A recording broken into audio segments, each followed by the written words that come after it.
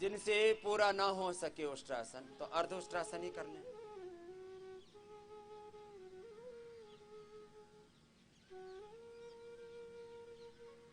या अर्ध चंद्रासन।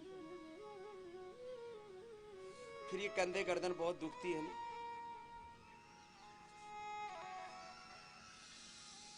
तो ये अभ्यास कर ले। देखो सर्वाइकल स्पॉलाइटिस जो सीटिंग वर्क बहुत ज्यादा है जिनका, उनको तो ऑफिस में भी कर सकते हैं कभी 2-3 घंटे में। जो कंधे कम गर्दन भारी होने लगे तो ऐसे ही है, एक ये एक फिर ये करें सब। योग के साथ हमने यज्ञ को भी जोड़ा। ये कोई हमारी कोई पूजा पाठ की प्रक्रिया नहीं है, ये एक विज्ञान है। जब हवन हो जाता है उसके बाद हमने ये जो गूगल होता है, हमने शुद्ध गूगल भी उपलब्ध कराया। तो ये गूगल करीब एक व्यक्ति के लिए लगभग 50 ग्राम गूगल ऐसे डाल देते हैं जब बड़ी बीमारियां होती हैं, वात रोग बहुत ज्यादा प्रबल होते हैं। फिर और उसमें घी डाल देते हैं ऐसे, और फिर इसका धूम्र होता है। अब ये जो सफेद धूम्र होता है ये यज्ञ का प्रसाद कहा है, यज्ञ शेष कहा है, इसको यज्ञ का सार कहा है। जिनको भी वात रोग है गाय का घी और गूगल डाल दिया, और इसका जो धूम्र लिया मैंने SLEMS autoimmune disease ankylosing spondylitis R factor positive होना ANA एवियन और बड़े बड़े वात रोग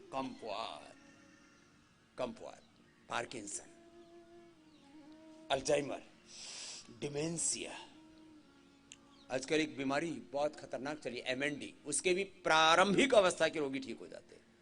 और प्रारंभिक अवस्था के मस्कुलर डिस्ट्रोफी वो भी वात रोगी है एक। ये अभ्यास तो कभी भी आप ऑफिस में भी कर सकते हैं। तो ये वातेष्टि या गुग्गल और गाय के घी से ऐसे हवन करना। मैंने तो इसलिए भी कर दिया कि मच्छर आ रहे थे थोड़े, इससे मच्छर भी भाग जाते हैं। एक मच्छर तो मेरे मुंह में ही घुस गया। मैंने कहा भाई थोड़ा दूर रह, अभी मुझे 2.5 घंटा प्रवचन देना है यहाँ, लंबे लंबे श्वास। तो खैर मच्छर भगाने के लिए हम क्या करते हैं, जहर छिड़कते हैं, वो जहर फिर अंदर भी जाता है। तो ये अच्छा तरीका है। इसमें थोड़े नीम के पत्ते डाल दो, थोड़ी गिलोय डाल दो, गूगल डाल दो, मच्छर पास में नहीं आते। हम अपने योगाग्राम निरामम में यही उपाय करते हैं, लंबे लंबे श्वास। बैक्टीरिया वायरस फंगस से भी बचाता है, इसलिए कोरोना काल में लाखों लोगों ने हवन करना शुरू किया, अब कंटिन्यू कर रहे हैं। हमने वातेष्टि पित्तेष्टि कफेष्टि, वात रोगों में कफ रोगों में पित्त रोगों में, हृदय रोगों में हृदयेष्टि, चर्म रोगों में चर्मेष्टि, कैंसर रोगों में कर्कटेष्टि, निसंतानों के लिए संतति इष्टि, संतति कामो यजेत, पुत्र कामो यजेत, वृष्टि कामो यजेत, स्वर्ग कामो यजेत, यज्ञो वही श्रेष्ठ तमम कर्म। देखो ये अभ्यास कर लो थोड़े थोड़े। ये मैं आपको इसलिए महिमा बता रहा हूँ, इससे सुगंधी भी बड़ी अच्छी आती है। स्ट्रेस डिप्रेशन एंजाइटी तो पूरी दूर ही हो जाती है। Stress is the main cause of all diseases. देखो बीमारियों के मुख्य कारण क्या है, गर्दन को ऐसे ऐसे देखो, कंधों को ऐसे घुमाए, गर्दन को ऐसे ऐसे ऐसे और ऐसे ऐसे घुमा लो। Less oxygen supply is the main cause of all diseases. इसलिए मैं लंबे श्वासों पर सबसे ज्यादा बल देता हूँ। Stress is the main cause of all diseases, इसलिए मैं प्रसन्न रखता हूँ। बात बातों में आपको थोड़ा गुदगुदाता हंसाता रहता हूँ। सात्विक हंसी, फूहड़ हंसी नहीं। स्ट्रेस से धी धृति स्मृति हमारी विपरीत हो जाती है। धी धृति स्मृति भ्रष्टा, धी धृति स्मृति भ्रष्ट कर्म यत् कुरुते अशुभम प्रज्ञापराधम तम विद्यात् सर्वदोष सर्वरोग सर्वदुख प्रकोपणम। अब इसको प्रज्ञापराध को सब रोगों का मुख्य कारण कहा। इसी को मॉडर्न मेडिकल साइंस में स्ट्रेस का धी धृति स्मृति की विभ्रांति, और योग से धी धृति स्मृति अच्छी हो जाती है। नष्टो मोह स्मृतिर्लब्धा त्वत्प्रसादान् मयाच्युतः स्थितोऽस्मि गत संदेह करिष्ये वचनम तव। अब देखो अब क्या करना है। अब आसनों में एक इंटीग्रेटेड योगा प्रैक्टिस बच गया। अभी फिर बच्चों के लिए कराऊंगा 5 आसन। तो आप तो मंडूक आसन में बैठ जाओ, ऐसे देखो, ऐसे वज्रासन में बैठे और आगे झुक गए, ऐसे ऐसे, और रुको जरा 1-2 मिनट। सब बीमारियों का मुख्य कारण है धी धृति स्मृति की का भ्रष्ट होना। Less physical activity, over eating, stress, anxiety, unhealthy lifestyle, unhealthy eating, unhealthy thoughts, unhealthy emotions, unhealthy action, reaction, inaction, distraction, ये विनाशकारी मार्ग है। और योग से सम्यक मति भक्ति कृति प्रकृति से, मूल प्रकृति से, देखो मूल प्रकृति ही विश्व की मूल संस्कृति है। ये बहुत बड़ा तत्व है। अब इसको जितना भी विस्तार दें, मंडूकासन ऐसे और ऐसे करना,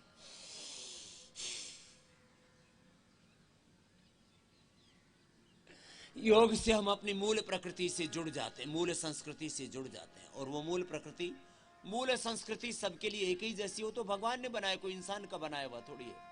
ये मूल प्रकृति ही हमारी मूल संस्कृति, उसी को सनातन संस्कृति कहते हैं, ऋषि संस्कृति, हम वेद संस्कृति कहते हैं। आगे झुक गए, थोड़ी देर रुक गए। अब बाकी तो यही कर लेना सब। और जो बच्चे हैं ना, उनके लिए ताड़ासन तो मैंने बताया ही था। अब देखो, बच्चों की हाइट बढ़ाने के लिए सूर्य नमस्कार बता चुके, ताड़ासन बता चुके। शेष क्या करना, बच्चे दीवार के साथ ही शीर्षासन करना है। शीर्षासन, सर्वांगासन, हलासन, चक्रासन, पश्चिमोत्तानासन करना करके बता रहा। ये दीवार के साथ करना।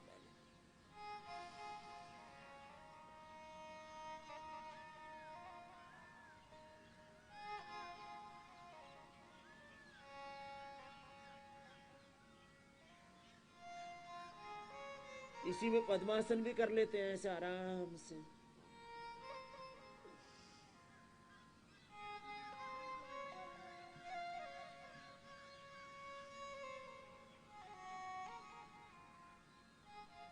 ऐसे बच्चे ये शीर्षासन करेंगे और बच्चे सर्वांगासन भी करेंगे।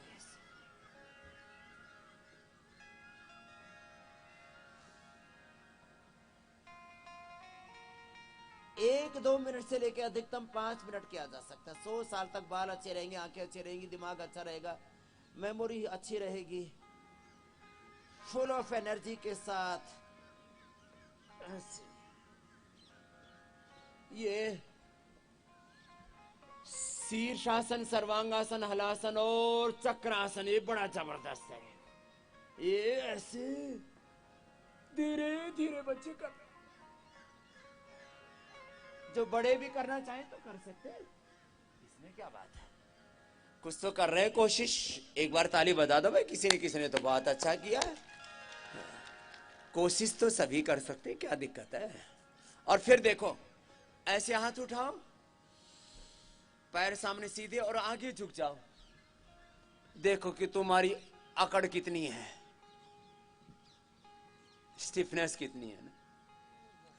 जितनी अकड़ बढ़ेगी उतनी पकड़ कमजोर पड़ जाएगी। माथा घुटनों से लगाओ, श्वास बाहर छोड़ के पेट को अंदर खींचो और ऐसे झुको, ऐसे धीरे धीरे फ्लेक्सिबिलिटी बढ़ाओ।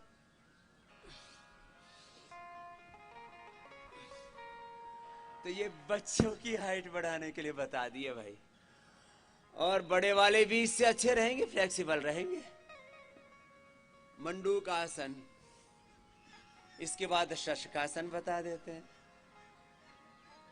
और आपको मैं बता रहा था, हमने योग, यज्ञ, Ayurveda, naturopathy, panchakarma, षटकर्मा, medicated water, medicated food, अलग अलग प्रकार की फास्टिंग, स्नेहन, स्वेदन, भवन, विरेचन, नस्य, रक्तमोक्षण, अक्षितर्पण और बस्ती बड़ी जबरदस्त है। कल मैं ध्यान कराते समय 2 चक्रों के बारे में विशेष बता रहा था, मूलाधार चक्र और सहस्रार। बस्ती से मूलाधार और ओंकार से सहस्रार हमारा पूरा जागृत हो जाता और देह देवालय शिवालय हो जाता। दोनों हाथ ऊपर उठाइए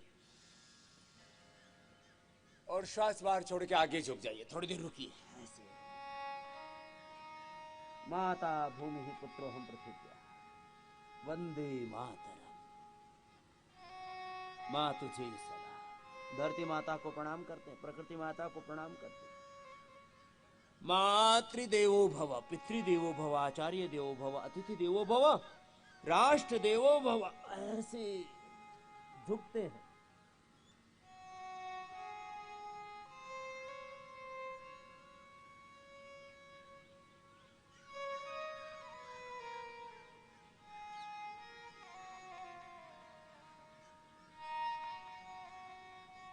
अब इसी में भस्त्रिका, कपाल भाती,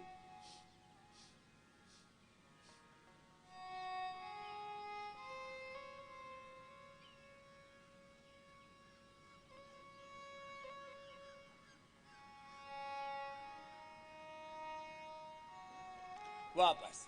ये तो थोड़ा सिंबॉलिक ही करा रहे हैं अभी भी आपसे हम। एक आसन 1 मिनट से लेकर 10 मिनट तक किया जा सकता है, मंडूकासन, और जो बैठ सके पद्मासन में बैठ करके और फिर आगे झुक जाए। पद्मासन में बैठ के फिर आगे झुक गए, योग मुद्रासन इसको कहते हैं। अब देखिए, मैं बड़ी बड़ी बीमारियों को हमने ढहाया है, मिटाया है। और एक सिद्धांत है दर्शन में, हमारे यहाँ बहुत बड़ा सिद्धांत कहा जाता है कारणकारी सिद्धांत। जिन कारणों से रोग होता है उनका निवारण कर दो, रोग मिट जाएगा। इतनी सी तो बात है। सांस बाहर छोड़ा, पेट को अंदर खींच लिया,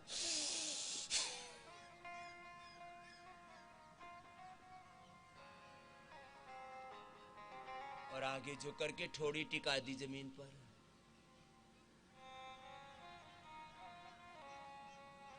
अब देखो, पूरी दुनिया में कहा जाता है एक बार प्रोस्टेट बढ़ जाए तो ठीक नहीं होता। मैंने जिनका प्रोस्टेट 40, 80, 100 ग्राम तक हो चुका था, अब मैं आपको एक एक करके ये 10-15 बड़ी बीमारियां जिससे संसार के लोग पीड़ित हैं उनकी तरफ आपका ध्यान दिला रहा हूं।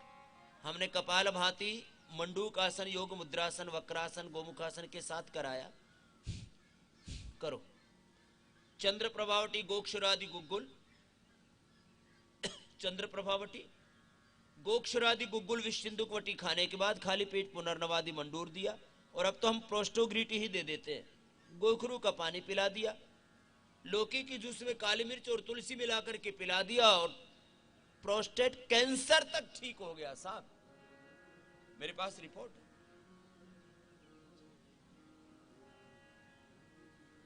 CA-25 और PSA जो बढ़ जाता है, माताओं बहनों को यूट्रस और पुरुषों को प्रोस्टेट का कैंसर बहुत जल्दी अच्छा। ये प्रक्रिया बड़ी जबरदस्त है योग मुद्रासन।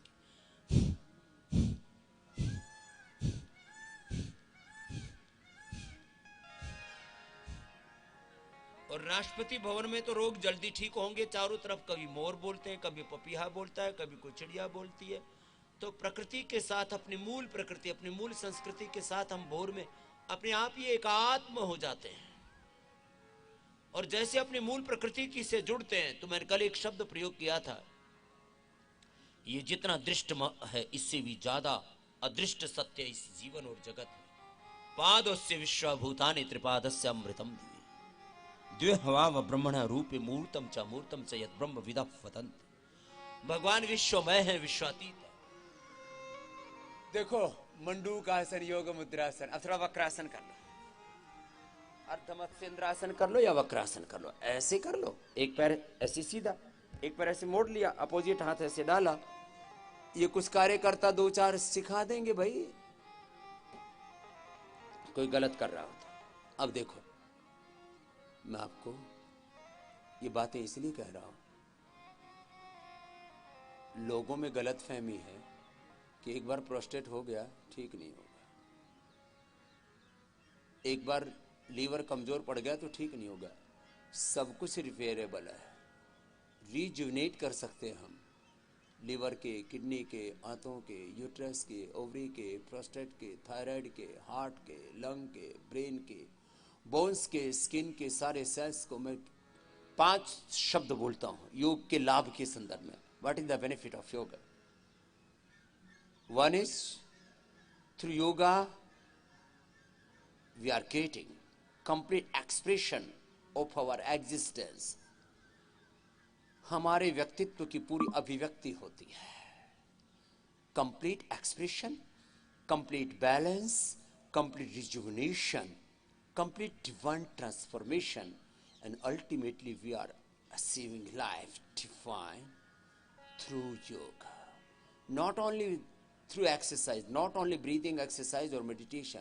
Yoga is a complete, divine, inclusive truth of life. एक समग्र सत्य है जीवन का. ऐसा ऐसा नहीं कि ऐसे कोई छोटा मोटा कोई एक आदत योग का तत्व एक आदि साधना की प्रक्रिया ले ली और मैं तो योगी हो गया ना. चूहे को मिल गई हल्दी की गांठ बन बैठा पंसारी, ये वाला मामला नहीं जमेगा. योग को समग्रता से जीना. अष्टांग योग, ज्ञान योग, भक्ति योग, कर्म योग.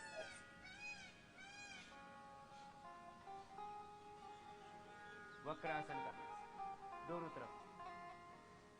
और जिनकी बॉडी फ्लेक्सिबल है वो तो एक पैर ऐसे मोड़ दिया, दूसरा ऐसे रखा और ऐसे ही घूम जाते हैं. ऐसे समग्रता में योग करना.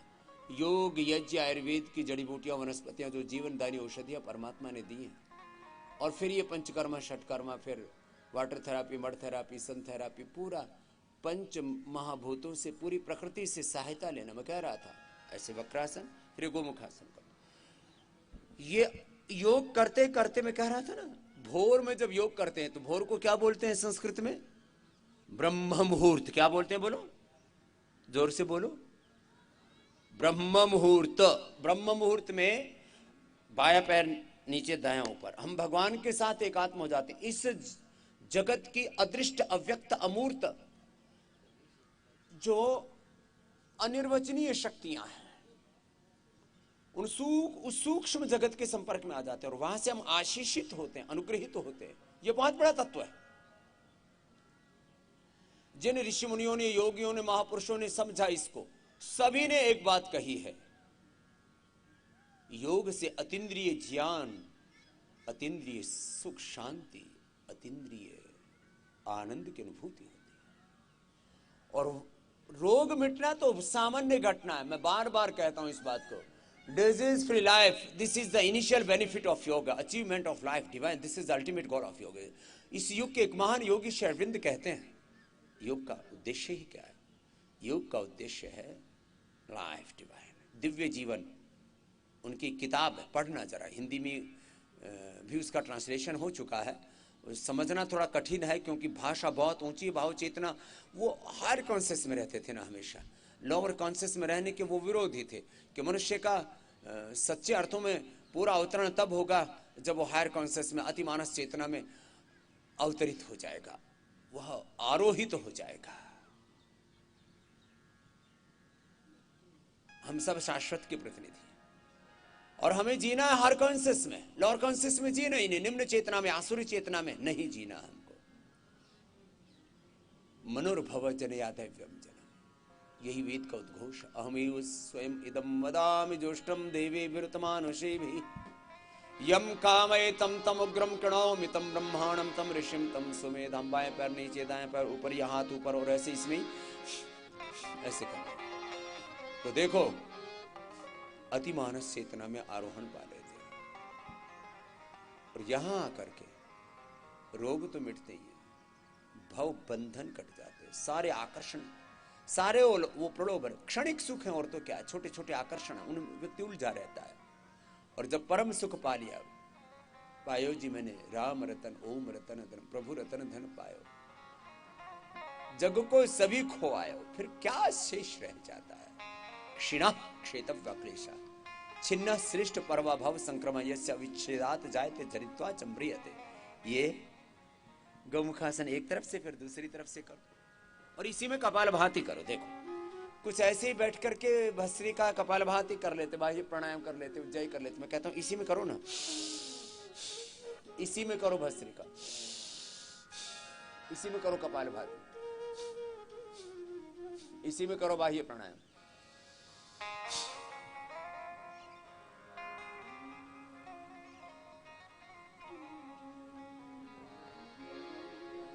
ऐसे ही बाह्य प्राणायाम, फिर उज्जाई,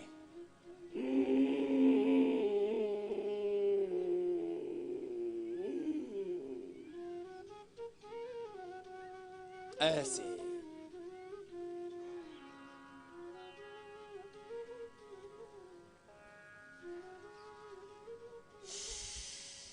तो देखो भाई, मैं केवल आसन सिखाने नहीं आया हूं आपको। अब ऐसे बैठने से ही ना तुम्हारा पेट अच्छा हो जाता है। ऐसे बैठ ही जाओ थोड़ी देर, अरे ऐसे ही कर लो बैठ के, गैस्ट्रिक ठीक हो जाएगी। मैं आपको यौगिक व्यायाम, आसन, प्राणायाम, ध्यान, और मात्र यौगिक आसन प्राणायाम ध्यान ही नहीं, जीवन का विधान सिखाने आया हूं, जो मुझे ऋषियों ने बताया और मैंने जिसे अपनाया। योग क्या है? ये जीवन का विधान है, जीवन का संविधान है। जैसे देश संविधान से चलता है, ऐसे जीवन का भी एक विधान है, एक यूनिवर्सल लॉ है, उसका अतिक्रमण नहीं करना है। मैंने एक बहुत बड़े न्यायाधीश हुए देश के, बटरफ्लाई कर लो, उनसे पूछा कि जी जीवन में कुछ मर्म की बात बताओ। तो बोले जी एक ही मर्म की बात है, कभी भी लॉ को वायलेट मत करना, कानून को मत तोड़ना। कानून माने लॉ एंड ऑर्डर, कानून माने देश का संविधान। एक देश का संविधान है, एक घर का भी विधान होता है, एक प्रकृति का विधान है। प्रकृति का विधान बोलो, संस्कृति का विधान बोलो, वेद का विधान बोलो, उसको यूनिवर्सल लॉ बोलो, आस्तिक नास्तिकों की भाषा अलग हो जाती है, तब तो एक ही है। कभी भी विधान और संविधान का उल्लंघन मत करना, फिर जीवन में कभी भी दुखी नहीं हो सकते, दरिद्र नहीं रह सकते, और जीवन में पश्चाताप तो कभी होगा ही नहीं। और ये मैंने क्या कर दिया? वेदांत में एक बहुत बड़ा दुख कहा है, मैंने ये ऐसा क्यों कर दिया? कुछ भी विचार भाव संवेदना के स्तर पर, और ये क्यों नहीं किया? जिस समय जो करना चाहिए वो हम करते नहीं, और जिनसे बचना चाहिए उनसे बचते नहीं, और यही जीवन का सबसे बड़ा दुख है।